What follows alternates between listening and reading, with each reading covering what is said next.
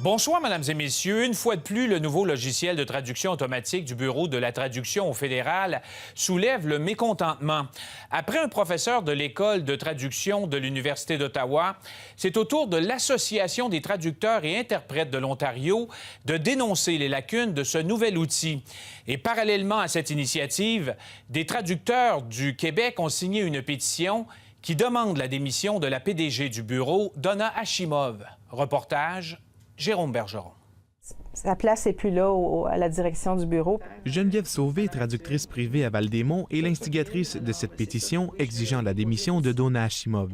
Elle estime que la PDG du Bureau de la traduction au fédéral n'a plus la crédibilité nécessaire pour terminer son mandat, surtout en faisant la promotion d'un logiciel de traduction automatique au sein de la fonction publique jugé imparfait par plusieurs.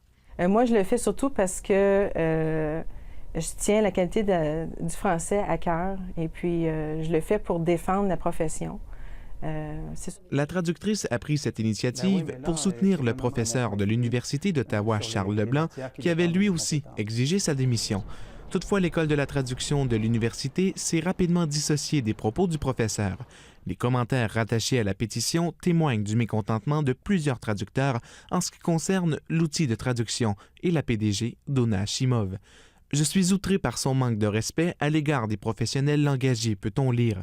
Une véritable insulte à tous les francophones, ajoute une autre internaute. À ce jour, plus de 165 signatures ont été recueillies.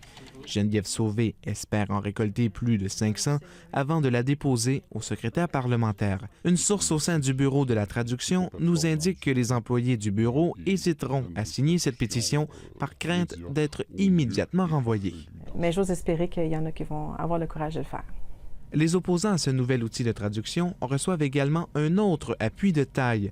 L'Association des traducteurs et interprètes de l'Ontario a fait parvenir une lettre à la ministre des Services publics dénonçant le nouvel outil qui entrera en vigueur le 1er avril prochain. Même si Donna Hashimov soutient que ce logiciel est destiné à des échanges informels et limités à l'interne, l'association affirme qu'il est naïf de croire que tel sera le cas dans la pratique et que l'outil minera la réputation du Canada. Retour à vous, Jérôme. Est-ce que vous avez depuis obtenu des réactions? Bien, il y a le ministère des Services publics et de l'Approvisionnement qui est un peu le gestionnaire de ce bureau de la traduction. Il nous a envoyé un courriel très laconique nous indiquant qu'il n'allait pas faire de commentaires à propos de cette initiative, de cette pétition. On a également tenté de savoir ce qu'elle en pensait, Donna Hashimov, la présidente directrice générale du bureau de la traduction, à savoir ce qu'elle en pense de cette tension, de ces commentaires qu'on a pu lire. Malheureusement, il a été impossible de la rejoindre aujourd'hui. Merci beaucoup, Jérôme. Au revoir.